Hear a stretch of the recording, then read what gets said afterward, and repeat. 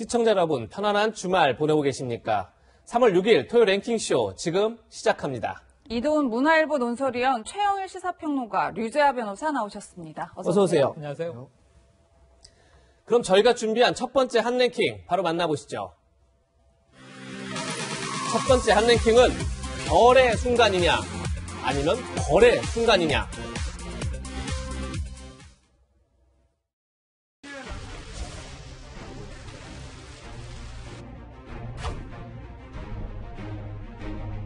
우리 이제 윤 총장님은 사람에 충성하지 않는 그런 자세로 살아있는 권력에 대해서도 똑같은 자세, 정말 인정한 그런 자세로 임해 주시기를 바라고요.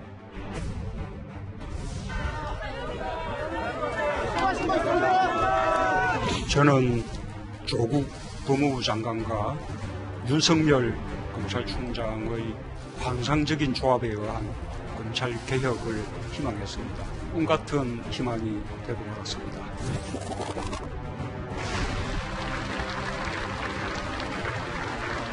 저의 지시를 절반을 잘라 먹었죠. 장관의 말을 겸허히 들으면 좋게 지나갈 일을 세상 지휘랍시고 해지고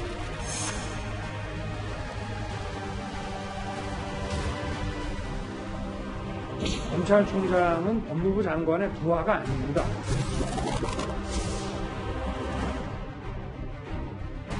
검찰총장의 기획 행위가 매우 심각하고 중대하여 검찰총장에 대한 징계를 선고하고 검찰총장에 대한 직무 집행 정지 명령을 하게 되었습니다.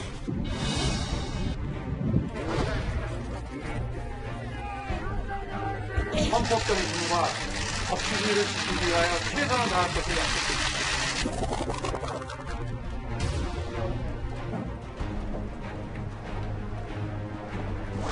부패 완판으로서 상식과 정의가 무너지는 것을 더 이상 지켜보고 있기 어렵습니다. 앞으로도 제가 어떤 위치에 있든지 자유민주주의와 국민을 보호하는 데 온 힘을 다하겠습니다. 네, 이제 검찰을 떠난 윤석열 전 총장의 다음 행보가 초미의 관심사인데요. 당장 정치권의 반응은 여야가 선명하게 엇갈리고 있습니다. 먼저 국민의힘 김종인 비상대책위원장의 얘기 들어보시죠.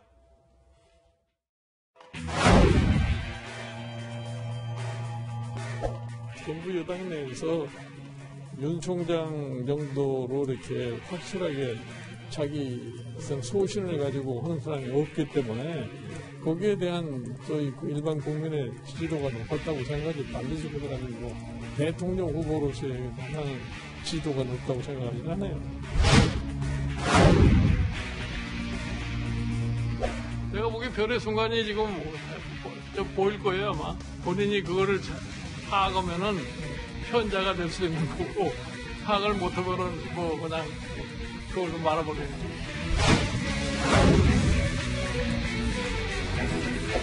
윤석열 총장 관련해서 야당 사람이다, 야당의 인물이다 이렇게 말씀하셨던데 이게 어떤 의미인지요? 아니 그러니까 지금 이 정부하고 정면 충돌을 해가지고 나온 사람 아니에요. 그러니까 야권에 속할 수밖에 없다고 보는 거죠. 야권의 인물이 될 수 있다라고 말씀하신 거죠? 아니 그 야인이 됐으니까 야권 인물이 될 수 있는 거죠. 최영일 평론가님. 네. 넉 달 전만 해도 윤 총장과 선을 긋는 듯한 그런 네. 모습이었는데 어제는 야권 인물이다. 그래서 강하게 러브콜 보내는 그런 모습이에요. 이게 상황이 달라졌습니다. 우리가 예. 지금 영상으로 쭉 그간의 일정을 정리해 주셨지만 예. 저 밑바닥엔 뭐가 있냐면요. 그동안의 차기 대선 주자 지지도 보시면 야권의 1위 인물이 누구예요? 뭐 이 숫자에 올라갔다 떨어졌다 했지만 윤석열 당시에는 현직 검찰총장이었어요. 당시는 야권 후보는 아니었지만 야권 후보 아니었고 예. 정치인도 아니었습니다. 예. 사실 그때는 지금 현 정부의 검찰총장이었죠. 문재인 대통령이 신년 기자회견에서 우리 사람이다 이렇게 이야기까지 했는데 그러니까 야권 입장에서는 자, 윤석열의 지지도가 아무리 높다 한들 실제로 선거에 나올 인물이 아니지 않느냐. 이것은 정부의 강한 대립각을 세우는 상징적인 의미다. 이 숫자를 이렇게 보면서 우린 우리대로 열심히 준비해야지 했는데 이제 재보선은 한 달여 뒤로 다가왔습니다. 그렇죠. 예. 이제 여기서도 지금 제3지대 인물하고 단일화 숙제가 있는 상황이에요. 그런데 윤석열 전 검찰총장이 되면서 이미 정치인이 됐어요. 사표가 바로 출사표로 읽히는 상황이 됐습니다. 사표가 출사표다. 예, 예. 이게 법조 기자는 사표라고 쓰고요. 정치부 기자는 출사표라고 쓰는 상황이에요. 예. 네. 그러니까 지금 이미 정치인이에요. 그럼 야권의 입장에서는 이게 재보선도 제3지대와 제1야당이 단일화를 기호 2번이냐 4번이냐를 두고 다투는데 만약에 내년 대권을 앞두고 제3지대에 또 강력한 인물이 하나 포지셔닝이 되면 골치 아픈 문제거든요. 예. 제 생각에는 좀 빨리 흡수해야 한다. 빨리 받아들여야 한다. 혹은 사퇴해야죠. 나오지 않겠다는 입장을 명확히 하든가. 근데 정치를 안 할 것이냐 할 것이냐 보면 사실은 수많은 전문가들은 정치한다. 이미 선언한 거 아니냐. 예. 이렇게 보고 있는 상황이기 때문에 김종인 이 비대위원장 입장에서는 사실은 이제 허수가 실수로 바뀌는 아주 중요한 시점이 된 거고요. 빠르게 조치를 취하지 않으면 어려워질 수 있는 상황으로 보여집니다. 네. 그런데 김종인 위원장의 태도만 달라진 건 아닙니다. 2년 전만 해도 윤 전 총장을 극찬하던 여권 인사들의 입장도 180도 달라졌는데요. 함께 들어보시겠습니다.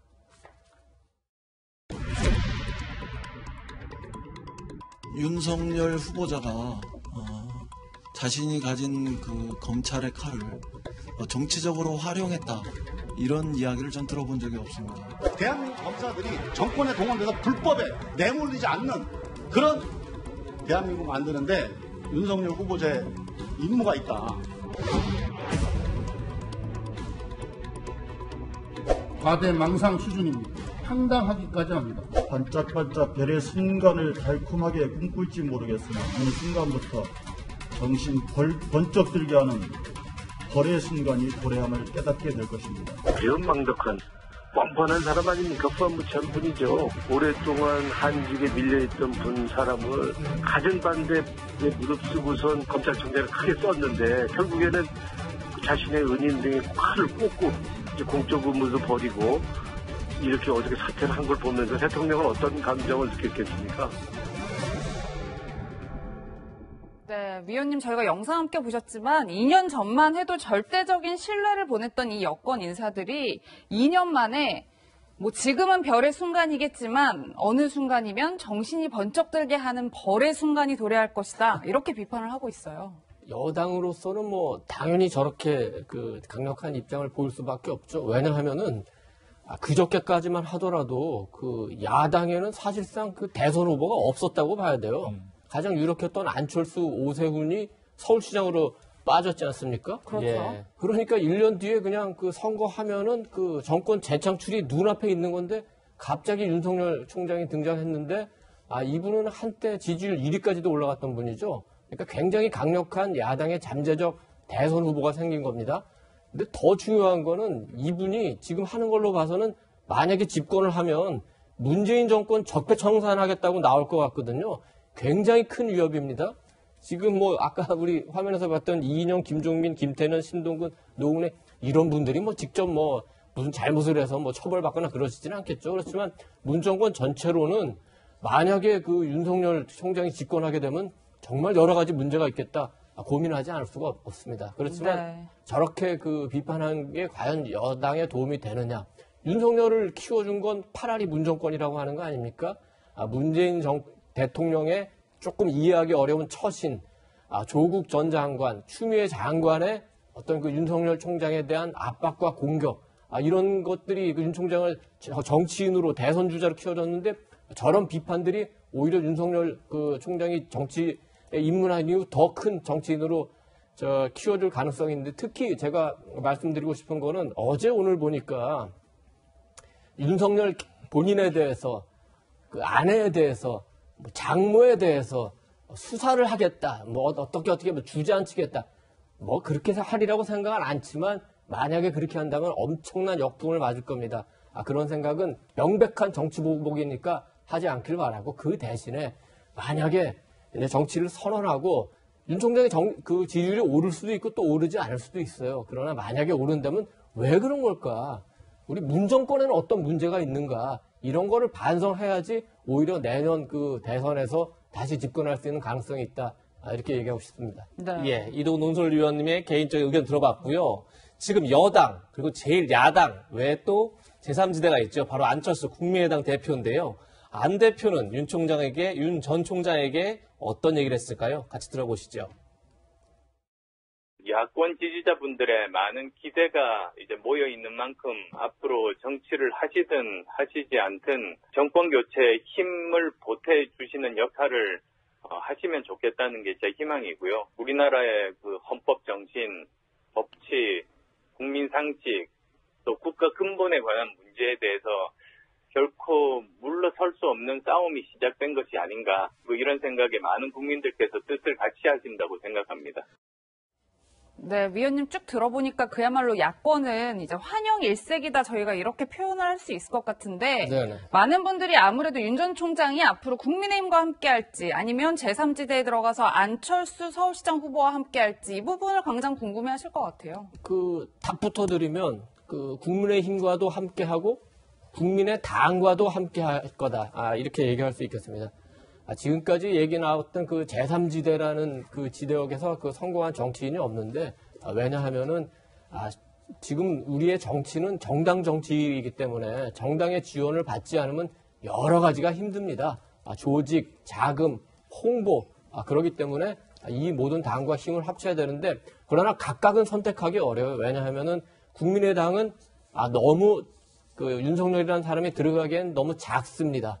국민의힘은 그러니까 굳이 얘기하면 커다란 오래된 돌집과 같이 튼튼한 집이긴 한데, 현재 그 집을 차지하고 있는 사람들이 굉장히 함께 하기가 썩 내키지는 않는 사람들일 수도 있어요. 그러나 이 작은 집에 있는 사람들까지 함께 국민의힘이라는 큰 집에 들어가 가지고 그 집에 살아가는 방식들을 완전히 바꿔야죠. 아마 그런 생각을 할 겁니다. 그래서 제3지대든 국민의당이든 국민의힘이든 다 합치는데, 아마도 국민의힘이라는 울타리를 무너뜨리지는 않고, 네. 전체적으로 합쳐서 큰 새로운 집을 만들겠다. 아마 그런 생각을 할 것 같습니다. 네. 예, 이 의원님은 국민의당은 너무 작고 국민의힘은 내키지 않을 거다, 이렇게 얘기하는데, 지금 국민의당에서는 벌써부터 철석연대다, 이런 말이 나옵니다. 안철수 대표의 철, 그리고 윤석열 총장의 석, 두 개를 합쳐서 철석연대가 뜨면 대선에서 폭발력을 가질 수 있다. 지금 이렇게 아마 국민의당에서 만든 조가 아닐까도 싶은데, 류 변호사님, 안 대표와의 결합 가능성, 정치권에서는 어쨌든 제3지대에서 뭔가를 윤석열 총장도 만들지 않겠느냐 얘기를 하는데, 변호사님은 어떻게 보십니까? 윤석열 전 총장과 안철수 대표는 개인적으로 저는 궁합이 상당히 좋다, 그렇게 생각합니다. 궁합이 좋다? 예, 그 이유는 뭐냐면 아까 최영일 평론가님 말씀하셨지만, 윤석열 총장의 사표인지 출사표인지 그 일성이 뭡니까? 바로 공정한 검찰, 국민의 검찰 아니었습니까? 그 공정한 검찰이라는 거는 이제 말하자면 억울한 국민이 없도록 만드는 거, 그러니까 시스템에 의한 지배를 얘기하는 겁니다. 그럼 공정이라는 화두를 하나 꺼내들었고요. 국민의 검찰은 좌우, 보수, 진보 가릴 것 없이 특권층에 대항해서 국민을 보호해야 한다. 이제 그런 입장을 보였는데요. 사실 이게 안철수 대표가 그동안 정치 행보를 해오면서 해왔던 얘기가 상당히 일치합니다. 이제 안철수 대표는 국회의원 시절 공정성장론이라는 나름의 경제 구상을 가지고 의정 활동을 했고, 공정성장 3법이라는 것도 이제 발의한 바 있습니다. 예. 뿐만 아니라 이제 중도 실용이라는 것도 어떻게 보면 좌우, 보수, 진보에 가리지 않고 이제 실용적인 어떤 정치를 하겠다는 그런 입지를 계속 구축해 왔기 때문에, 그런 측면에서 윤 총장과 안철수 대표와는 궁합이 잘 맞는다, 이렇게 볼 수 있습니다. 네. 네. 안철수 대표와 윤석열 총장의 궁합이 잘 맞는다. 정말 철석연대가 뜰지 계속 지켜보겠습니다. 네. 지금부터는 어제 오전 사표가 수리된 윤 전 총장의 행보를 살펴볼 텐데요. 어제 서초동 집에는 지지자들이 보낸 벚꽃 나무가 집으로 배달됐다고 합니다.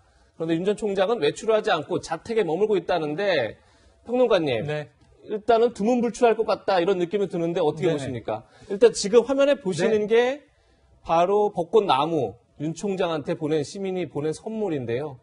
어쨌든 많은 시민들은 윤 전 총장의 이 정치로 빨리 나와달라 요청할 것 같은데, 그렇죠. 당분간 윤 전 총장의 행보는 사실 참 안개 속에 있는 것 같아요. 그런데 이 침묵의 시간이 길 것 같진 않다. 네. 또 길어서는 안 된다.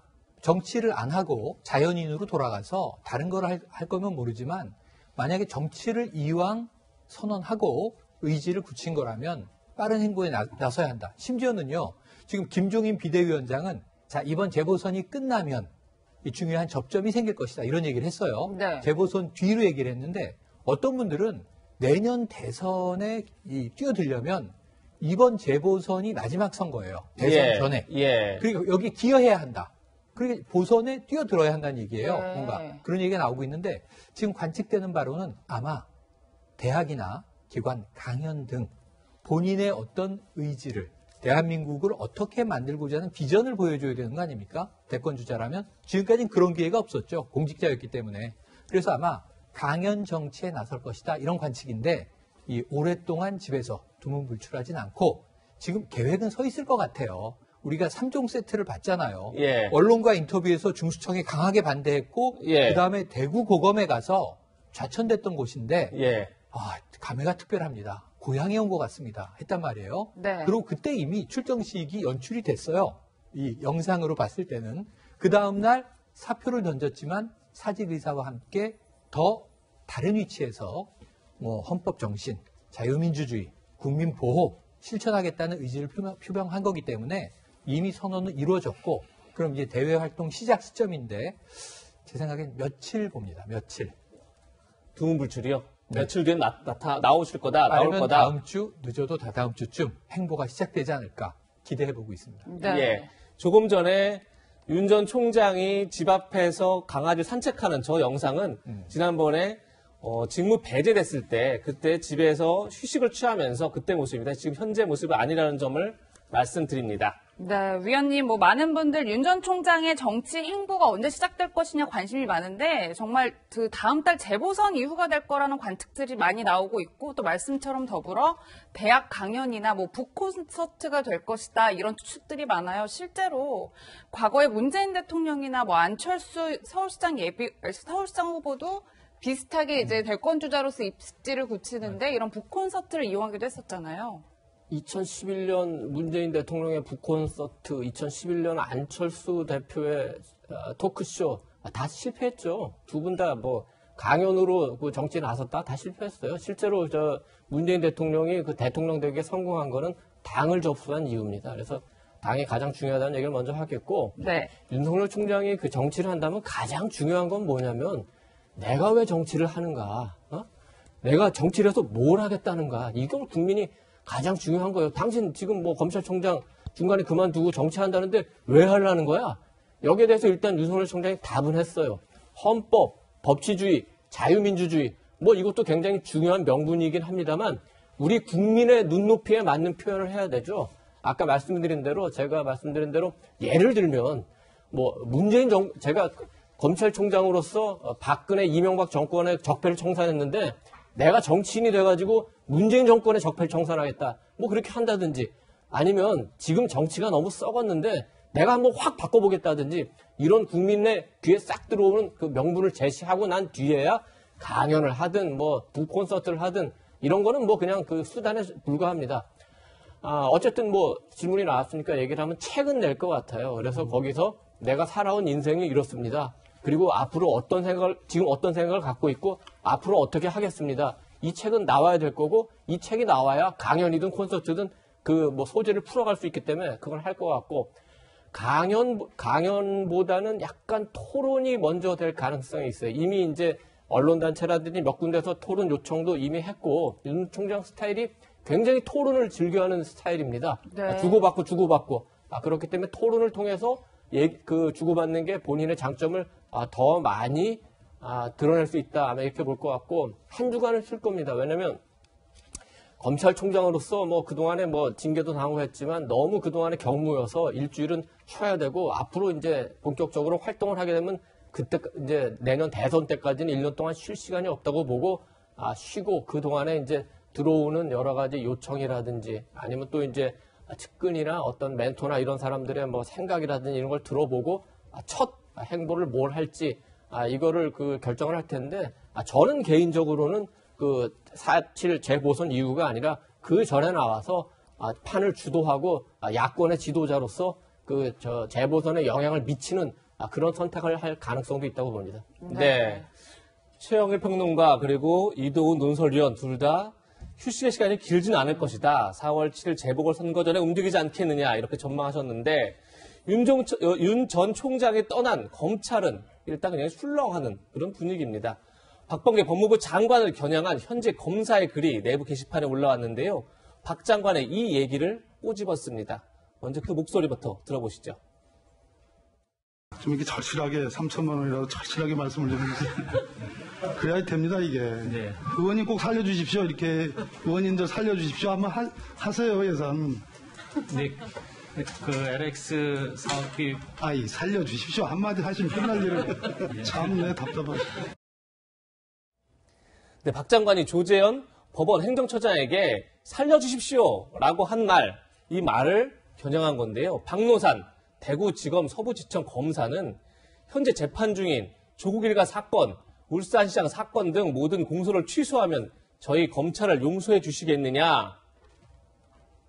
그러면서 미리미리 공부하여 중대범죄 수사도 스스로 금하고 분수를 알아 높으신 분들의 옥체를 보존하며 모순들의 행동을 삼갔어야 했건만 왜 장관님과 높으신 분들의 심기를 불편하게 했는지 모르겠다 이렇게 하면서 살려주십시오. 박범계 장관이 한 얘기를 다시 돌려주는 그런 글을 올리기도 했습니다.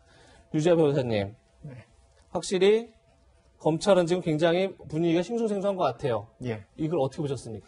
웃음이 계속 나오는 글이더라고요. 특히 마지막 부분이 압권입니다. 뭐냐면 장관님 수사와 기소는 분리되어야 한다고 하는데 자기가 잘 몰라서 그런지 몰라도 공수처는 왜 그게 같이 있나요? 이러면서 마지막 아이고 제가 괜한 질문을 했습니다 하고 마치거든요. 이제 사실 그 부분이 굉장히 이제 재밌습니다. 이 박노산 검사가 이런 풍자 글을 올리게 된 데는 사실 두 가지 배경을 좀 엿볼 수 있죠. 예. 하나는 이 문재인 대통령이 집권을 하면서 그리고 윤석열 총장이 검찰총장이 되면서 살아있는 권력에 대해서 수사를 해라 이렇게 얘기를 했는데 실제로 살아있는 권력에 대해서 수사를 하니까 검찰 조직이 이제 위기에 빠지는 그런 상황이 됐지 않습니까? 그것에 대한 검찰 내부의 불만을 엿볼 수 있고요. 또 다른 하나는 박범계 장관은 어쨌든 그 검찰청법상 인사권자입니다. 검사들의 인사권자인데 인사권자는 대통령이지만 이제 박범계 장관이 이제 제청을 하죠. 아무튼 그런 중요한 역할을 함에도 불구하고 리더십,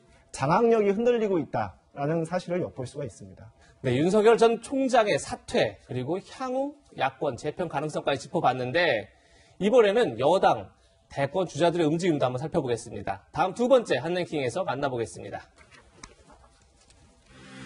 저희가 준비한 두 번째 한랭킹은 달걀 맞은 이낙연, 처벌 말아달라. 네, 어제였죠. 이낙연 더불어민주당 대표가 춘천 중앙시장을 방문해 상가 거리를 걷던 중 갑자기 날아든 달걀에 얼굴을 맞았습니다. 네. 처음엔 피했었는데 그 다음에 다시 던진 달걀이 얼굴에 이렇게 정면으로 맞았는데요. 최영일 평론가님. 네. 당시 달걀을 맞을 줄 상상도 못했을 것 같은데 그렇죠. 이낙연 대표가 주변 굉장히 당혹하는 기색이 역력합니다. 먼저 왜 이 대표에게 달걀을 던진 거죠? 춘천에 방문해서 중소상공인들하고 회의도 하고 시장을 이제 시찰하는 과정이에요. 사실은 환영의 분위기였고요. 저렇게 뭐 적대적 행동은 상상도 못했을 분위기인데 예. 내용을 들여다보니 사연이 있었습니다. 예. 그런데 이게 이낙연 대표를 직접 겨냥한 것은 아니었던 거예요. 네. 이 춘천 지역 내에 이런 일이 있습니다. 레고랜드가 지금 이제 개장을 앞두고 있는데요. 레고랜드요? 레고랜드. 우리가 잘 알고 있는 장난감 조립하는 레고인데. 테마파크인 거죠? 예, 테마파크가 예쁘게 지어졌습니다. 이제 굉장히 전국적으로 화제가 될 것 같아요. 춘천에서 이 사업은 오래 진행이 돼 왔는데 하다 멈추다. 그러니까 춘천 시민들의 일종의 수건 사업인데 찬성만 있는 게 아니죠. 반대가 있었습니다. 그러니까 주로 환경단체나 문화재 보존단체는 이 테마파크의 설립이 이 지역사회에 문제를 일으킬 수 있다. 반대를 해왔는데 어제 저 계란투척은 중도 유적 지킴 본부라고 하는 이러한 이제 유적 보존 단체에 한 50명 정도 회원이 모여서 시위를 했습니다. 왜 레고랜드를 허가했느냐? 이게 이제 관건이었고. 그 레고랜드를 개발하면서 유적이 네. 파괴됐다 이런 얘기가. 그러니까 레고랜드 반대 입장 측의 시민단체였던 거죠. 예. 그러다가 이제 레고랜드 허가의 책임을 물으면서 이 이낙연 대표가 방문했던 김에 계란을 투척했고 그게 이제 맞게 된 것이죠. 네, 위원님 뭐 저희가 앞서서 같이 영상도 보셨지만 이렇게 달걀을 맞은 후에 이 대표가 손수건으로 얼굴이랑 이렇게 옷을 닦는 모습도 보였는데 이 사건이 있은 후에 자신의 SNS에 바로 또 글을 올렸더라고요. 그래서 처벌을 하지 말아달라고 알렸다. 그분들로서는 간절히 하시고 싶은 말씀이 있었을 것이다. 이런 글을 올렸더라고요. 이 정도로 끝난 게 이제 일단은 다행이라고 할 수는 있겠죠. 그렇지만 그 정치와 관련해서 어떤 그 물리적 행동은 굉장히 위험하다. 사실 네. 그 계란 투척이 이번이 처음이 아닙니다. 김영삼 대통령이 공항 가는 길에 그 색깔이든 빨간 그 달걀을 맞은 적이 있고 2002년에는 노무현 대통령이 그 맞았고 2007년에는 이명박 전 대통령이 그 맞았고 2007년에는 이회창 전 국무총리 그러니까 여당 대표도 야당 대표였죠. 그때 맞은 적이 있습니다. 전부 이제 화면에 보시는 것처럼 그 이후에 더 큰 사태는 없었기 때문에 뭐 노무현 전 대통령 같은 경우에는 뭐 달걀 맞아서 일 풀리면 뭐 어디 가서든 맞겠다. 정치하는 사람들이 한 대씩 맞아야지 국민들 화 풀리지 않겠냐 이런 얘기도 하고 그다음에 이회창 그 대표는 저에 대한 관심이 많아서 애정 표현한 것 같은데 달걀로 마사지했다 이 정도로 했습니다. 그리고 2014년에도 많이 알려지지는 않았는데 안철수 국민의당 대표가 그 광주 MBC 앞에서 수십 개의 달걀 세례를 받았다고 합니다. 그때도 안철수 대표도 뭐 괜찮습니다 뭐 이렇게 하고 넘어가긴 했는데 네. 우리가 왜 이 문제를 심각하게 보면 그 이제 선거가 이제 4.7 재보선이 있고 그 이제 내년에 대선이 있지 않습니까?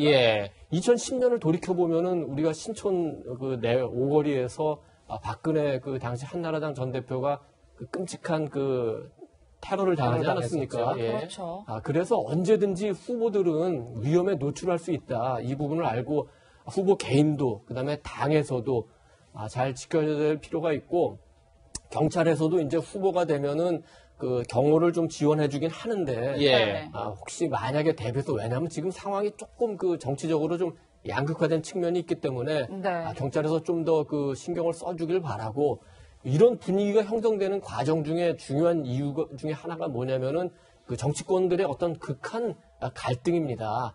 여야는 그 적이 아니에요. 우리나라를 어떻게 더 좋은 방향으로 가기 위해서 생각이 다른 분들이 경쟁을 하는 거죠. 그런 부분들을 명확히 해줘야 지지자들도 거기에 영향을 받아서 이런 극한적인 행동은 아마 줄어들게 될 것 같습니다. 네.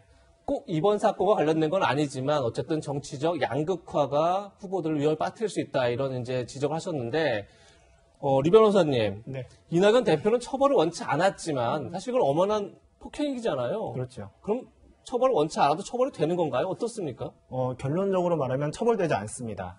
그 형법상 폭행죄는 뭐 모든 종류의 유형력의 행사가 있으면 다 폭행죄에 해당할 수 있는데 이게 반의사 불벌죄라고요. 그 피해자의 의사에 반해서는 공소를 제기할 수 없는 죄입니다. 그런데 그래서 이제 처벌을 받을 수 없고요.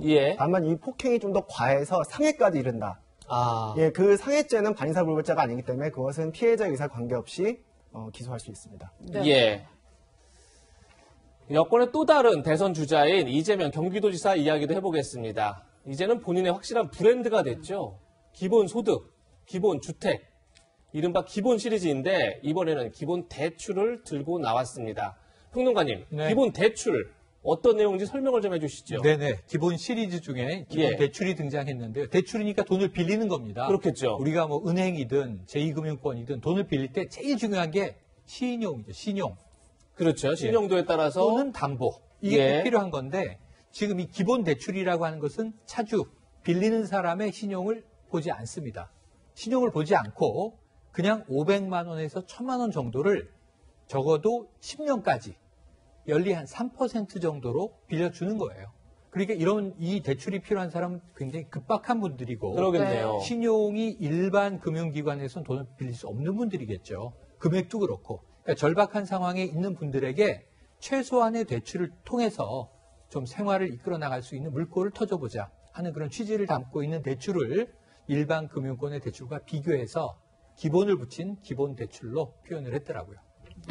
위원님, 그런데 이제 이 지사의 기본 시리즈를 두고 뭐 여의도에서는 굉장히 갑론을박이 많은 상황인데 특히 야권에서는 뭐 비판의 목소리가 좀 큰 것 같아요. 뭐 야권의 목소리를 좀 보시면 뭐 돈 먹는 공룡이다, 본인의 돈으로 해결을 하라, 뭐 이런 취지의 비판의 목소리가 나오고 있어요.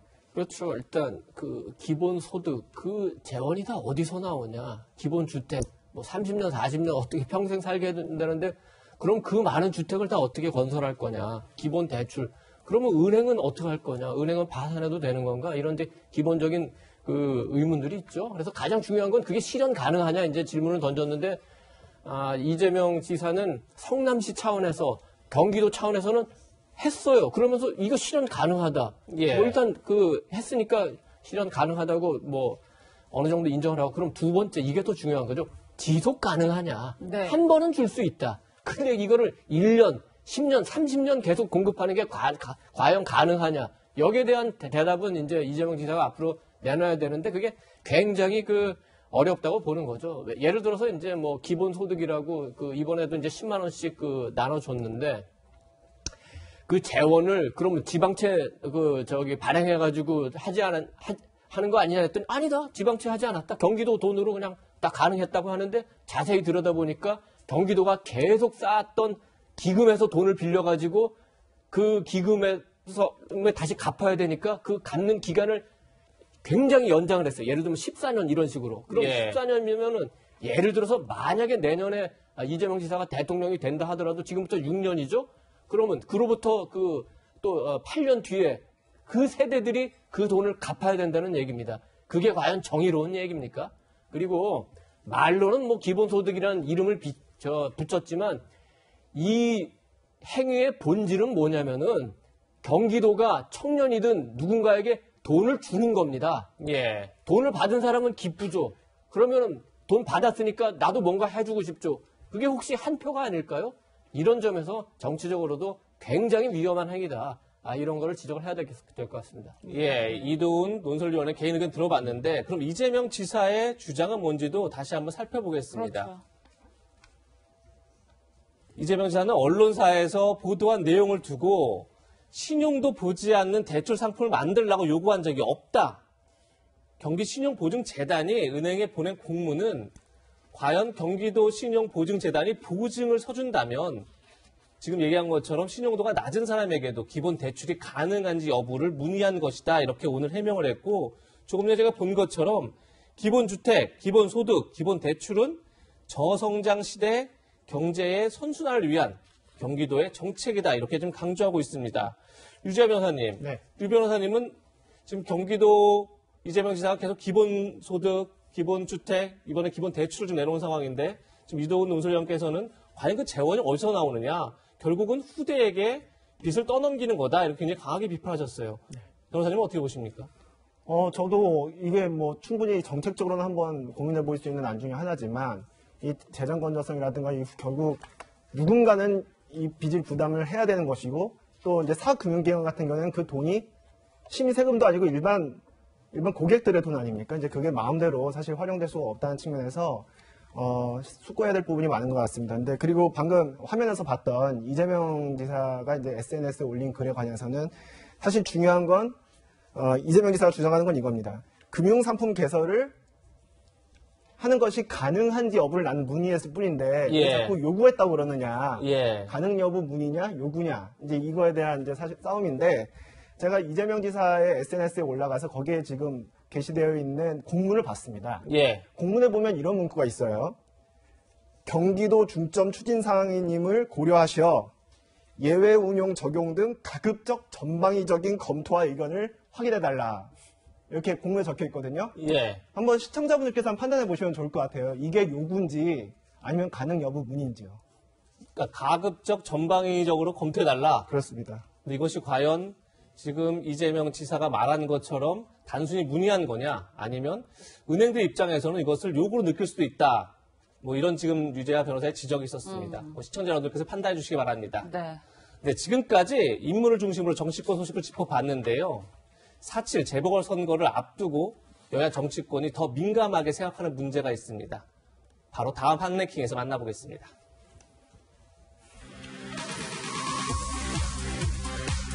세 번째 핫랭킹은 묘목 씹은 LH 직원들은 환경운동가? 네, LH 한국토지주택공사 직원들의 신도시 예정부지 투기 의혹 관련 소식입니다.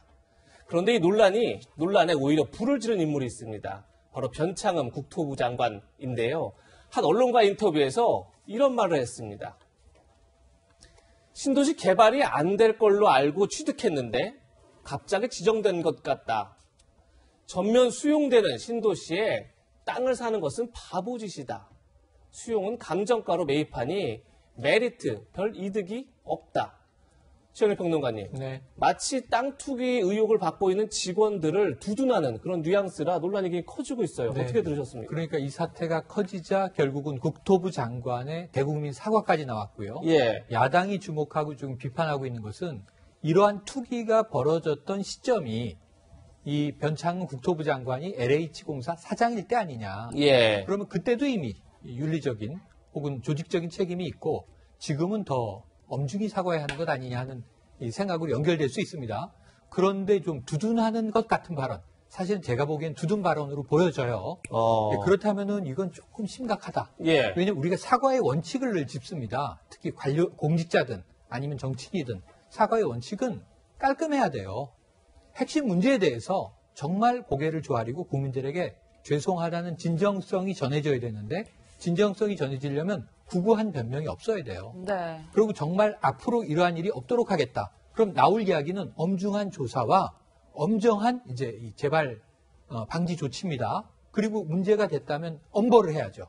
그러니까 엄중히 해야 되는 거예요. 근데 이런 부분에서 피해 나갈 수 있는 여지들을 수장이 이 해당 주무부처의 수장이 먼저 얘기해버리면 그럼 지금 대통령이 전수조사하고 엄단하라 이렇게 얘기했고 예. 지금 여기는 국토부, 행안부, 경찰청이 붙었습니다. 주관은 총리실이 합니다. 예. 그런데 주무부처 중에 하나인데 이럴 수도 있고 저럴 수도 있다라고 얘기해버리면 이건 뭔가 싶고요. 자, 제가 제대로 이해한 거라면 LH 직원이 다수가 모여서 특정 지역의 농지인데 예. 100억 원대 투자를 했어요.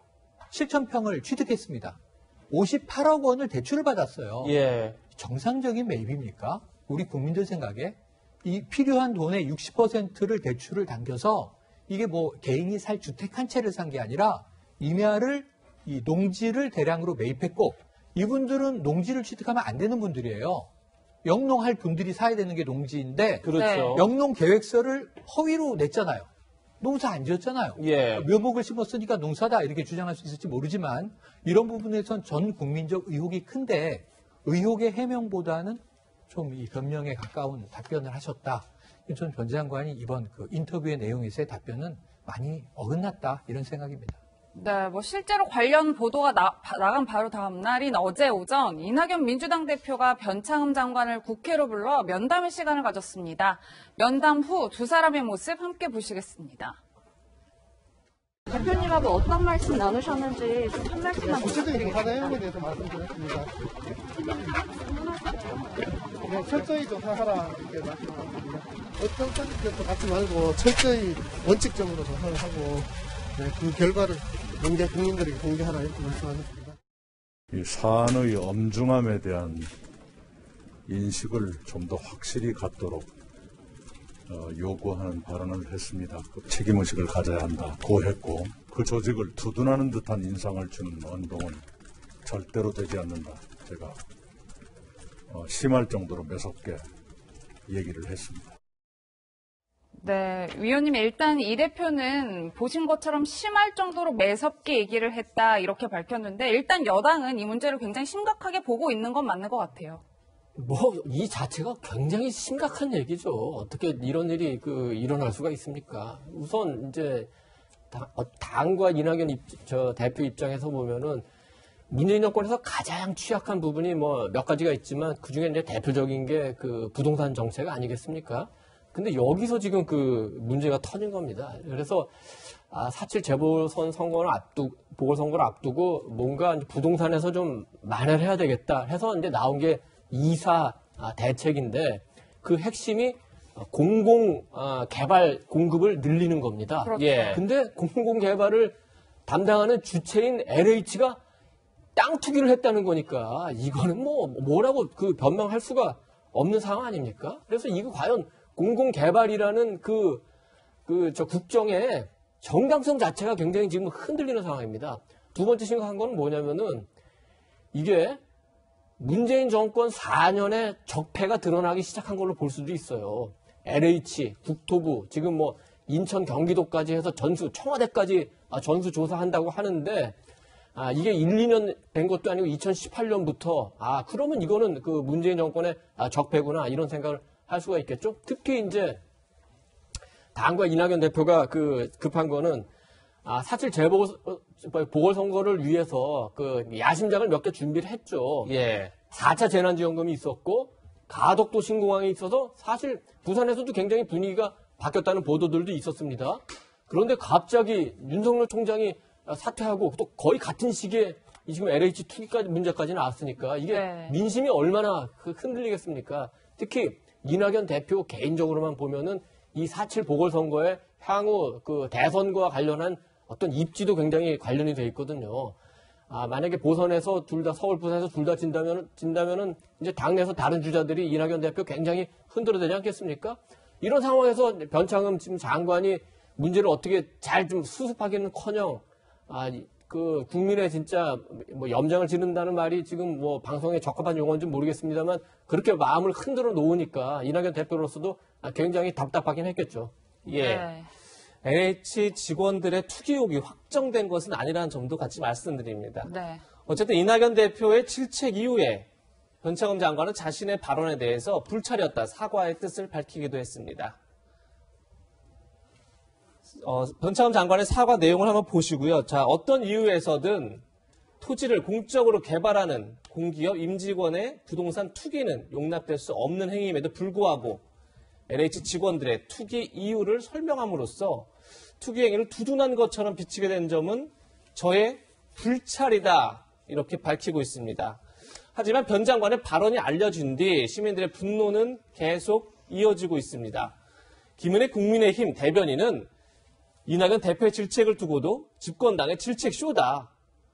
조사 시작도 안 했는데 이미 결론이 나 있는 것 아니냐. 그러니까 변창흠 장관이 신개발이 안 될 걸 알고 취득했는데 갑자기 지정된 거다. 이 발언을 염두에 둔 것 같습니다. 시민들의 반응도 굉장히 안 좋습니다. 국토부를 못 믿겠다. 제3의 중립기관이 조사하라. 또는 민간 개발인데 묘목을 왜 심느냐. LH 직원들이 환경운동가냐. 이렇게 조롱 섞인 비판까지 나오고 있는데 유재 변호사님, 굉장히 시민들의 분노 지수가 점점점 오히려 더 올라가고 있는 그런 상황인 것 같아요. 예. 먼저 이 사안이 왜 이렇게 시민들의 분노를 자아내는지 먼저 좀 헌법적 관점에서 좀 말씀을 좀 드리고자 해요. 예. 이제 모든 공직자는 국민으로부터 위임받은 권한을 행사하는 거 아니겠습니까? 그리고 그래서 이제 헌법 7조는 그중에서 특히 공무원은 국민에 대해서 봉사라고 돼 있고 대신에 그 신분을 보장해 주기로 돼 있습니다. 그런데 이 국민에게 봉사해야 할 공직자가 봉사는 하지 않고 그 자리를 이용해서 그 지위를 이용해서 만약에 본인의 개인의 이익 혹은 제3자의 이익을 챙겼다면 이것은 헌법에 위반될 뿐만 아니라 사실 국민에 대한 배신행위입니다. 그렇기 때문에 국민들이 그것을 느끼고 굉장히 분노를 할 수밖에 없는 거고요. 그리고 변창흠 장관에 대해서 좀 말씀드리면 변창흠 장관에 대해서 두 가지 문제점을 좀 지적할 수 있습니다. 예. 먼저 아까 이제 국민들한테 이제 기름을 더 끼얹은 그 불에 기름을 더 끼얹은 그 발언에 대해서 좀 말씀드리면 이 토지 보상이 이루어질 때 보상금 자체가 사실 굉장히 적은 건 사실입니다.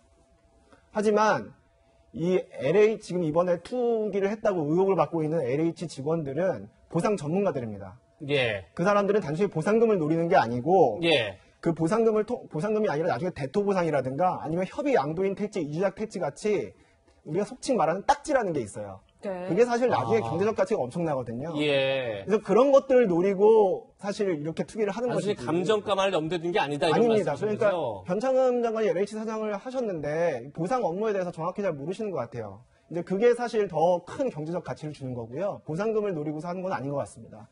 또 하나 말씀드릴 건 뭐냐면 변창흠 장관이 이제 LH 사장이었을 때 이 문제가 발생했지 않습니까? 그렇다면 뭐 본인 스스로가 수사 대상은 아니어도 어쨌든 이 모든 문제에 책임을 가지고 있는 사람입니다. 근데 이 책임을 지니고 있는 분이 이제 주도해서 지금 조사가 이루어지고 있단 말이에요. 이것은 이제 고양이에게 생선을 맡긴 꼴로 애초부터 이 LH 그 직원의 부동산 투기 의혹 문제가 이해충돌 문제인데 조사 과정에서도 또 다른 이해충돌 문제가 발생합니다. 그래서 그런 측면에서도 적절하지 않다고 볼 수 있습니다. 네, 뭐 그렇다면 3기 신도시 부지로 지정된 지역 현장의 목소리는 어떨까요? 직접 들어보시겠습니다. 하남교산 주민대책에도 LH 공사의 불법 투기 사건이 있을 것으로 보고 전수조사가 끝날 때까지는 전면 거부할 것을 정보를 위해서 배를 불리고 우리 그 교산 주민은 무슨 개미 취급하다 하고 있는 형태가 너무 정말 붕괴하고. 당연히 분노는 하죠. 칼만 안 들었다 그러고 공공기관이잖아요. 그런 사람들이 정보 알았다고 해서 서리사욕하는 거는 절대적으로 용납하면 안 되죠. 오늘도 LH 가서 한바탕 하고 왔어요. 쫓겨나는 여기 원주민들 뚝박은 차지 말게 해줘야 되는데. 네, 뭐 평론가님 전수조사가 완료될 때까지는 모든 행위를 전면 거부하겠다 뭐 이런 얘기까지 나오고 있는데 앞서서 왜 국정 정당성이 흔들렸다라는 표현도 주셨잖아요. 맞습니다. 이렇다 보니까 3기 신도시 사업 자체가 표류하는 것 아니냐 이런 지적들도 나오고 있습니다. 그만큼 엄중한 사안이기 때문에 청와대가 나서서 이게 개인적인 일탈인지 구조적인 문제인지를 빨리 매듭지어라. 그래가지고 전수조사 얘기가 나온 거고요. 심지어는 이게 LH 국토부뿐만 아니라 지자체 산하의 공기업, 그리고 청와대까지 이 해당 직원과 가족들에 대한 모든 전수조사가 지금 일단 본인 전수조사는 3월 10일이에요. 지금 데드라인도 정해져 있습니다. 예. 그럼 다음 주에 조사 결과가 발표돼야 돼요. 어느 정도 규모, 어느 정도 수준인지. 그리고 그 다음에는 이 직계 좀비속, 배우자에 대한 조사가 또 들어가게 됩니다. 그런데 그 다음에 숙제는 남아요. 그럼 지인이라든가 또 이제 촌수가 좀 먼 친인척을 통해서 혹시 매입한 경우는 어떻게 하는가? 차명이거든요. 그래서 이게 어느 시점에서 한번 끊고 그 내용을 조사해서 국민들에게 공개하고 자, 이 정도 수준이니 이 정도의 수준으로 대응하겠습니다. 하고 이 부동산 정책에 대한 신뢰를 회복할 것이냐. 근데 이게 제대로 안 되면 뚝이 허물어지는 거죠. 이 다음부터 부동산 정책에 대한 신뢰가 허물어지면서 저는 이게 재보선 선거뿐만 아니라 이 정부의 가장 큰 고심거리였던 부동산 문제에 대한 상당한 민심의 저항이 커지리라는 생각이 들어서 저는 정부가 이 3월 10일까지가 거의 마지막 기회다. 아주 엄중하게 대응을 해야 한다라는 당부를 드리고 싶습니다. 네. 네, 이 땅 투기 의혹뿐 아니라 LH 직원이 토지 경매 1타 강사로 활동했다. 이 뉴스도 굉장히 많은 공분을 사고 있는데요. 유료 강의 논란입니다. LH 서울 지역 본부의 한 직원인데 부동산 투자 강의 유료 사이트에서 토지 경매, 공매 1타 강사로 활동했다는 겁니다. 스스로 자신의 경력을 부동산 투자회사, LH를 숨기고 투자회사 경력 18년이다 이렇게 홍보하면서 강의를 했는데 강의 제목이 지금 보시는 것처럼 돈 버는 농지는 따로 있다. 토지 보상 완벽 뽀개기 뭐 이런 강의를 해서 한 달 수익이 연 4억 원에 이른다. 이런 보도까지 나오고 있습니다. 유지아 변호사님, 현재 이 직원은 직위 해제가 됐다고 합니다. 하지만 법적 책임 물어야 되지 않을까요? 어떻게 보십니까? 법적 책임을 결론적으로 말씀드리면 법적 책임을 묻기는 좀 어려워 보입니다. 예. 이제 이분 같은 경우는 사실 공직자로서의 본분을 망각했다고 평가할 수 있을 것 같은데요. 이제 LH 내부 이제 규정에 의하면 아마 겸직 금지 의무가 있을 겁니다. 그런데 이제 겸직 금지 의무를 이제 위반했기 때문에 그에 따른 내부적 징계 절차는 있을 수 있어도 그 내부 정보를 이용해서 뭐 토지를 본인이 샀다든가 아니면 제3자 누설했다든가 하는 일이 없으면 뭐 부패방지법이라든가 아니면 한국토지주택공사법에 따라서 이제 형사처벌까지 받기는 좀 어려울 것 같습니다. 아니, 저는 문제제기가 좀 있어요. 이 사안은 지금 나온 정보만 가지고도 사기잖아요.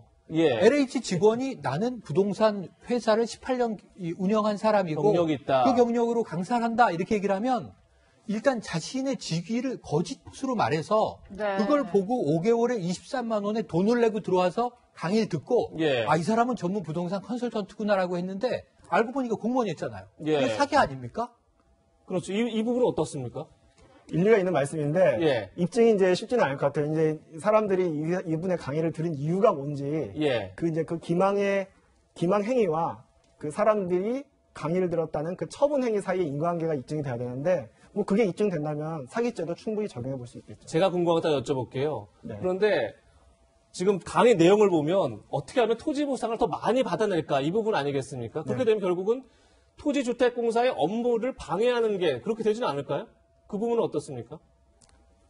굉장히 어려운 질문인데 일단 보상이라는 건 우리 헌법 23조에 보면 정당한 보상을 받도록 돼 있죠. 예. 근데 사실 실무상 보면은 실제 이루어지는 보상이 100% 정당한 보상은 아닙니다. 예. 그렇기 때문에 이제 이 직원분이 뭐 최대한의 보상금을 받게 해주겠다는 게 뭐 정당한 보상에 가깝다면 그게 뭐 업무방해까지 이르겠느냐 하는 생각은 드네요.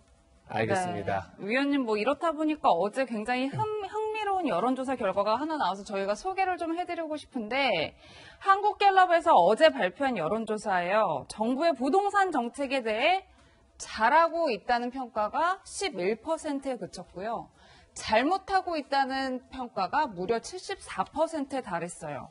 또 한 가지 여론조사 결과가 나왔는데 더불어민주당 지지율이 32%로 문재인 정부 출범 이후 최저치로 떨어졌다. 저희가 이렇게 분석을 해볼 수 있는데 부동산 민심이 만만치 않은 것 같아요. 우선 죄송합니다. 여론조사에서 74%라는 수치는 압도적이라는 것 그 이상의 의미를 갖는 겁니다. 여당과 야당의 지지율 격차는 뭐 부동산뿐만 아니라 여러 가지 윤석열 총장 사태라든지 문제가 복합되어 있기 때문에 뭐 변수는 많습니다만 부동산도 분명히 뭐 반영돼 있다고 봐야 되겠죠. 기본적으로 그 문재인 정권의 부동산 방향이 틀리다는 지적이 굉장히 많았어요. 수요가 많은데 공급 대책을 내놓지 않고 수요를 억제하려는 정책을 지금까지 써왔죠. 그래서 집 한 채 가진 사람에게도 엄청난 세금을 물리고 집 두 채 가진 사람은 투기꾼으로 몰고 강남에 집 가진 사람은 세금 내기 어려우면 이사 가라고 하고 이런 본말이 전도된 그 주장을 하다가 결국 안 돼서 이제 공급 대책 대규모 3기 신도시를 내놨는데 이 문제에서 이제 LH 공사 직원들 그 투기 문제가 생겼으니까 얼마나 국민들의 그 실망이 크겠습니다. 그러니까 특히 국민들이 이제 분노하는 것 중에 하나가 뭐냐면은 좀 문재인 정권의 말과 행동이 너무 다른 거 아니야? 왜냐하면 진정성을 의심할 수 있는 많은 사례들이 있어요. 왜냐하면 그 손혜원 그 전 의원이 목포에서 개발 정보를 사전에 알고 차명으로 부동산을 샀다는 의혹 때문에 지금 그 재판에서 아마 유죄 선고가 됐죠. 그다음에 김의겸 그 전 청와대 대변인이 흑석동에서 뭐 영끌 대출을 받아가지고 그게 투자인지 투기인지 아무튼 그 상가주택을 산 사례가 있죠. 주택 일체가 뉴노멀이라 해놓고 실제로 그렇지 않은 지금 뭐 인사를 많이 하는 데다가 집 두 채 팔기 싫어서 청와대를 떠난 수석도 있고 결국 팔지 않고 떠난 장관도 있습니다. 이러니까 문재인 정권의 부동산 정책이 단순히 무능하거나 무기력한 거라기보다는 이거 뭐 진정성 자체가 있는 거야. 이런 지금 그 문제가 제기되고 있는 겁니다. 네. 문재인 정부의 부동산 정책이 잘못됐다. 74%. 이것은 압도적인 여론 그 이상의 의미가 있다. 지금 이런 얘기까지 들었는데 문재인 대통령도 굉장히 문제의 심각성을 알고 있는 것 같습니다. 지난 사흘간 매일 새로운 지시를 내리고 있습니다.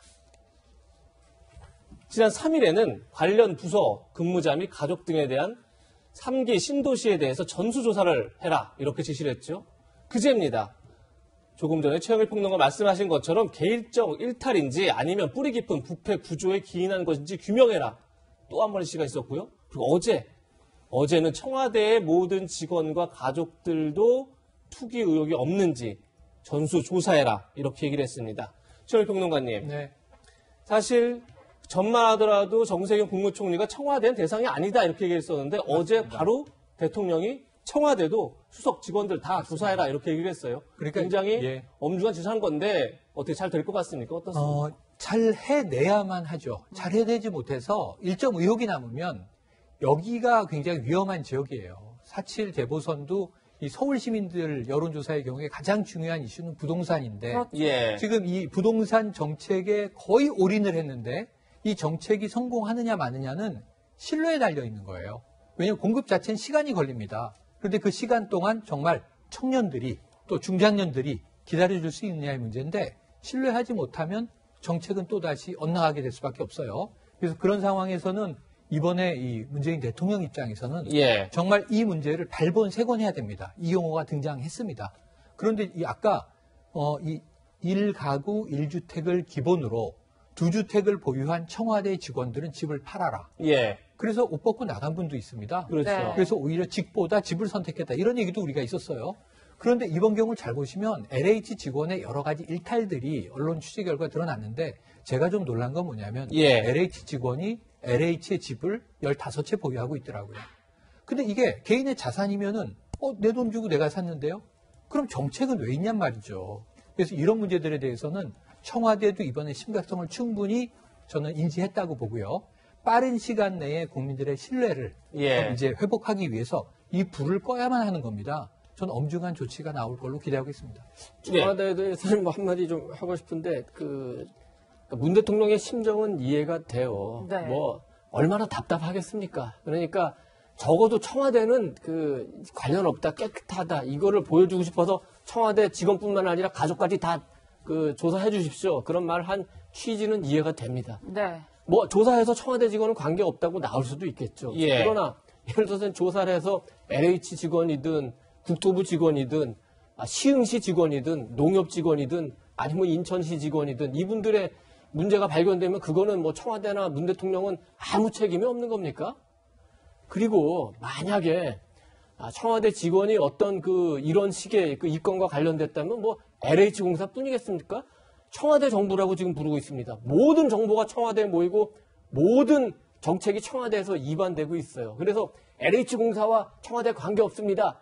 이거 갖고는 청와대가 우리가 하는 말로 면피가 될 수가 없는 겁니다. 어떻게든 청와대나 문정부가 책임을 면할 생각할 게 아니라 이 부분에 대해서 철저하게 어떻게 하면 우리가 책임지고 이 문제를 해결할까 이렇게 대책을 내놔야 됩니다. 사실은 그렇게 해도 솔직히 좀 못 믿어요. 왜냐하면 이게 낱낱이 나와서 다 모든 비리가 나온다면은 그게 문 대통령이나 청와대에 유리하겠습니까?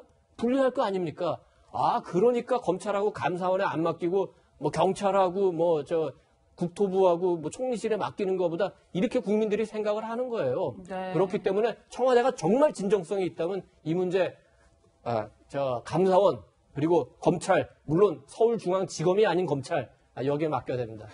네, 뭐 변호사님 앞서서 짚어주시기도 했어요. 실제로 변호사님께서도 뭐 고양이에게 생선을 맡기는 것이다 이런 표현까지 해주셨는데 조사 주체를 두고 행정부 자체 조사가 이루어지다 보니까 공정성 확보가 어렵다. 지난 1, 2기 신도시 개발 때처럼 검찰 주도로 조사가 필요하다. 이런 지적들이 나오고 있는 것 같아요. 예, 지금 현재 행정부 내부 조사 말고 사법기관에서 이제 하고 있는 조사는 이제 경찰 쪽에서 국가수사본, 국수본에서 지금 주도해서 수사를 하고 있습니다. 근데 이제 많은 분들이 언론에서도 그러고 왜 검찰이 하지 않느냐. 이제까지는 검찰이 합동수사단을 꾸려서 이게 수사를 해왔는데 갑자기 왜 이렇게 경찰이 하느냐라고 하는데 결론 말씀드리면 검찰이 안 하는 게 아니라 못 하는 겁니다. 왜 그러냐면 이제 검경수사권 조정이 되면서 검찰이 수사 개시를 할 수 있는 범죄들이 6대 범죄로 줄어들었잖아요. 예. 그 중에서 부패 범죄가 있고 공직자 범죄도 있는데 지금 문제가 되는 이런 범죄는 거기 안에 안 들어가 있어요. 그래서 검사가 수사를 할래도 할 수가 없습니다. 근데 재밌는 것은 뭐냐면 이런 부동산 내부 정보를 이용한 부동산 투기 행위는 없지만 자본시장법상 내부 정보를 이용한 주식 투자는 그 안에 들어가 있어요. 경제범죄 안에. 그러니까 지금 요런 LH 임직원들의 이제 불법 투기 의혹과 관련해서 적용되는 법률만 간단하게만 제가 빨리 말씀드려도 공직자윤리법, 부패방지법, 공공주택특별법, 한국토지주택공사법, 농지법, 공무집행 방해죄, 부동산 실명법 이렇게 많은 죄들이 엮일 수가 있는 그런 사건이고 업무 관련성을 입증해야만 실제로 처벌까지 이룰 수 있는 굉장히 어려운 사건이거든요. 과거마다 1기 신도시 때도 1기 신도시, 2기 신도시 때는 검찰에서 합동수사본부를 만들어서 1기 신도시 때만 하더라도 공무원 131명이 구속됐었네요. 2기 신도시 때는 27명이 적발돼서 7명 구속됐었는데 지금 류재 변호사님 말씀은 지금은 검찰에서 이 수사를 하고 싶어도 하기 힘들다. 그렇습니다. 이런 말씀이네요. 예, 그러니까 이걸 하려면 업무 관련성을 입증하려도 내부 정보를 어떻게 입수했는지 그 경위를 추적해야 되는데 그러려면은 휴대폰 압수수색이라든가 컴퓨터 압수수색이 불가피합니다. 근데 그걸 하려면 검사가 개입해서 구속영장 청구를 해야겠죠. 네. 압수수색 영장 청구를 해야겠죠. 그러니까 이 수사 주체와 이 검사와 유기성이 굉장히 중요한 사건이 이런 종류의 사건인데 검경수사권 조정으로 인해서 검사가 이제 손을 댈 수가 없으니까 과연 이제 반부패 수사 역량 측면에서 보나 아니면 이제 국민적 공분을 해소한다는 측면에서 보나 제대로 된 수사 가능하겠느냐 하는 의심이 좀 들 수 있습니다. 네, 정부 합동조사단이 다음 주 수요일 3기 신도시에 대한 1차 조사 결과를 발표한다고 하니 지켜보도록 하겠습니다. 그럼 저희가 준비한 마지막 한 랭킹 만나보겠습니다.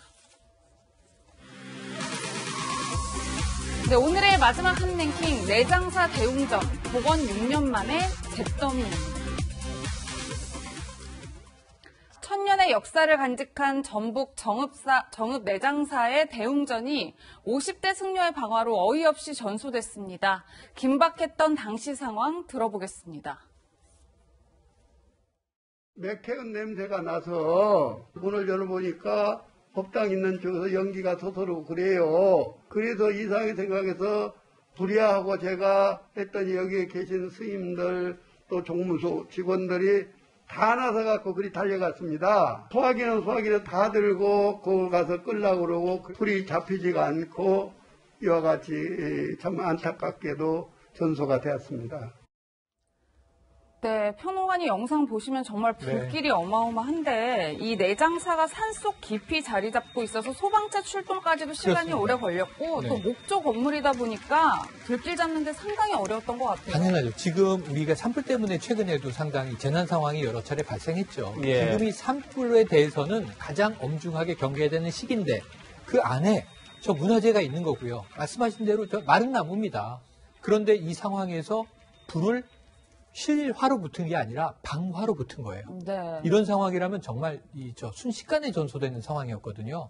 그런데 이 소방차가 출동도 안타까웠고 결국은 지켜내지 못한 이 문화재에 대해서 우리 사회가 어떻게 이걸 받아들여야 할지 전 참 앞으로 대책을 만든다고 해도 자체 진화 대책 정도가 가장 좀 빠른 방법일 텐데 그럼 문화재 이 화재 점검과 또 이 저러한 화재 시에 빠른 진화를 위한 방법을 어떻게 매뉴얼을 해야 될지 참 걱정이 큽니다. 네. 다행히 인명피해는 없었는데 대한민국 어느 사찰 못지않게 오래된 천년 사찰 내장사가 화재가 난 것이 이번이 벌써 4번째입니다. 네. 1992년도에 임진왜란 1592년도 임진왜란 때 1차 전소가 있었고요. 그리고 한국전쟁 초기인 1951년에 2차 전소가 있었습니다. 그리고 불과 9년 전인 2012년 10월에 당시는 전기 누전으로 좀 알려져 있는데 대웅전이 전소돼서 2015년 복원이 됐다고 합니다. 그런데 다시 6년 만에 어제 대웅전이 전소된 겁니다. 변호사님. 그런데 이게 지금 조금 전에 얘기했지만 정말 충격적인 게 50대 승려가 방화를 해서 일어났다는 거예요. 도대체 이게 어떻게 된 거죠? 저도 승려가 불을 질렀다고 해서 굉장히 놀랐는데 이게 경찰 관계자의 진술에 따르면 이 승려가 내장사에서 머무는 동안 이제 들어온 지 얼마 안 된 분이라고 합니다. 내장사에서 머무는 동안 일부 스님들과 갈등을 빚어서 그 서운한 마음에 술을 먹고 홧김에 불을 지르셨다는 거예요. 그런데 이게 현주 건조물 방화죄를 구성하는데 아마 현행범으로도 그렇게 체포가 됐을 겁니다. 현주 건조물 방화죄는 무기 또는 3년 이상의 징역에 처하도록 되어 있는 굉장히 무거운 죄입니다. 홧김에 이렇게 무거운 죄를 범했다는 게 많이 안타깝습니다. 네, 앞서 말씀 주신 대로 충격적인 건 방화범이 약 석 달 전에 이 내장사를 찾아온 수행 승려였다는 건데요. 서운한 감정이 쌓여서 술을 마시고 불을 질렀다라고 경찰에 진술하고 있는 것으로 알려졌습니다. 내장사 스님의 이야기부터 들어보시겠습니다. 한 달쯤 되는가? 정확하니 와서 여기 머무른 일정은 제가 확인해 보지 않았기 때문에 뭐라고 말씀드릴 수가 없습니다. 자기가 시인을 하던가요? 방화를 했다고? 제가 직접 방화했다는 사람을 만난 건 아니고 방화했다고 한다고 그래요. 전에도 불이 났었잖아요. 근데 이번에도 다시 한번 이렇게. 그때는 전기 누전으로 불이 났었습니다. 그때도 그런 참화가 있어서 정말 죄를 지었고 지켜내지 못한 데 대한 지금까지도 그 아픔을 지울 수가 없고 더더군다나 방화범이 확실한 것을 단정해서 말씀드릴 수는 없습니다만은 승려가 그런 짓을 저질렀다고 한다면은 무슨 더 할 말이 있겠습니까? 저는 정말 불자님들뿐만 아니라 국민들 앞에도 정말 할 말을 잃어버렸습니다. 뼈아픈 죄스러운 말씀을 올리지 않을 수가 없습니다. 네, 위원님 저희가 앞에서도 짚어봤지만 이번 화재가 벌써 4번째란 말이에요. 지난 2012년에 화재가 났을 당시에도 복구를 하느라 무려 25억 원을 썼다고 해요. 저도 개인적으로 내장사 대웅전에 방문했던 기억이 있어서 더욱 안타깝게 생각하는데, 이 지금 위치가 이제 노룡산맥 안쪽으로 이렇게 좀 들어와 있어서 군사적으로 조금 요충지입니다. 그래서 임진왜란 때 화를 당했고 6.25 때 화를 당했는데, 2012년에는 누전, 그러니까 어떻게 보면 사람에 의한 어떤 기술적인 그런 실수였죠. 그렇죠. 그래서 불이 났는데 이제 다시 복원한 게 2015년이에요. 지금 앵커 말씀대로 25억 원의 성금을 우리 정읍 시민하고 인근 주민들이 각출해가지고, 또 물론 이제 정부의 지원도 있었습니다만 다시 만들었는데, 2015년이면 굉장히 이제 우리가 테크놀로지도 발달이 된 시기 아닙니까? 불과 몇 년 전. 그러면은 이렇게 중요한 시설이라면 최소한의 어떤 스프링클러라든지 이런 시설을 충분히 갖출 수 있었을 텐데, 네. 왜 그렇게 안 했는지. 물론 인화물질을 뿌리고 거기에 불을 댕기면은 그걸 어떻게 그거야 맞겠습니까? 그렇지만 저렇게 전수할 정도로 타지는 않을 수 있었을 텐데 굉장히 안타깝고, 몇 년 전에 우리가 강릉의 낙산사에서 강풍에 휘날리면서 또 문화재가 전소되는 상황을 보지 않았습니까? 이렇게 우리의 소중한 문화재들이 아무런 대비 없이 위험에 노출되어 있는 거 아닌가, 그런 우려를 하게 됩니다. 네. 네. 굉장히 안타까운 소식 전해드렸는데, 한 가지 소식 더 짚어보겠습니다. 최근 경찰에 기강 해이를 보여준 사건들이 많았는데요. 지구대 경찰관들이 근무 중 유튜브 동영상을 보고 있다는 항의가 들어와 경찰이 조사 중입니다. 인터넷 커뮤니티에 올라온 영상을 같이 보시죠. 지난 3일 밤 촬영한 영상이라고 하는데요. 순찰차가 경광등을 켠 채 길가에 서 있습니다. 운전석에 앉아있는 경찰관이 휴대전화로 동영상을 보고 있습니다. 조수석에 있는 경찰관도 역시 휴대전화를 들여다보고 있는데요. 바로 옆에서 자신들을 찍는데도 알아채지 못할 정도로 푹 빠져 있습니다. 네. 유지아 변호사님, 네. 영상을 찍던 시민들이 항의를 했습니다. 그런데 지금 경찰관들이 전혀 알지를 못하고 있어요. 네. 이거 문제가 심각한 거 아닙니까? 예, 굉장히 이제 집중하고 있는 듯 보입니다. 예, 지금 해명을 보면은 거점 근무하고 있다 이렇게 해명을 하신 것 같은데, 저희가 지금 보는 영상만 봐도 거점 근무하면서 PDA를 보는 것으로 보이지는 않고요. 자기 개인 휴대폰을 보고 있는 것 같습니다. 경찰 공무원은 법상 성실 의무를 부담합니다. 그렇기 때문에 근무 태만해서 성실 의무를 제대로 이행하지 않으면 내부 징계 절차에 따라서 징계받게 되죠. 아마 저 두 분 경찰관들은 징계를 피하기 어려워 보입니다. 네, 근무 중인 당시에 영상에 빠져있던 경찰관, 그리고 논란이 되면서 당시 시민들도 거기 항의했었는데, 그때 당시 음성도 한번 들어보겠습니다. 근무 시간에 지금 신청 안 되셔서는 지금 동영상 보시는 거예요? 거점 근무하는 거예요. 거점 근무가 유튜브예요? 그거 안 봤어요. PDA였습니다. 저 이거 PDA가 있고요. 그거 봤습니다. 안에서 자매들이 휴대폰을 뭔가 하면은 화면이 밝잖아요. 더 잘 보이잖아요, 화면이. 그렇게 해서 본 거예요. 이 문제가 왜 심각하게 봐야 되냐면, 예. 지금 이제 검경 수사권 조정으로 해서 대부분의 이제 수사가 중대수사본 경찰로 넘어오지 않았습니까? 예. 그런데다 대공 수사 기능도 경찰로 넘어왔고, 그리고 유일하게 경찰만이 정보 활동 기능을 할 수 있어요. 이렇게 예. 경찰에 힘이 모였는데 그런 중대한 업무를 감당할 지금 역량과 의지가 경찰에 있냐, 예. 이런 얘기를 지금 국민이 많이 하는 상황에서 이런 문제가 발생했기 때문에 좀 더 심각하게 보는 것 같습니다. 예. 네, 오늘 사건 사고 소식까지 짚어봤습니다. 세 분과는 여기서 인사드리겠습니다. 고맙습니다. 감사합니다. 저희는 60초 광고 뒤에 돌아오겠습니다. 네, 정부는 내일 오전 부동산 관계 장관회의를 열어 한국토지주택공사 직원들의 땅 투기 의혹과 관련해 재발 방지 대책을 발표한다고 합니다. 그 어떤 대책보다 중요한 건 공공기관에 대한 신뢰 회복이 아닌가 싶습니다. 내일 그 첫 단추를 채울지 지켜보겠습니다. 네, 시청해주신 여러분 고맙습니다.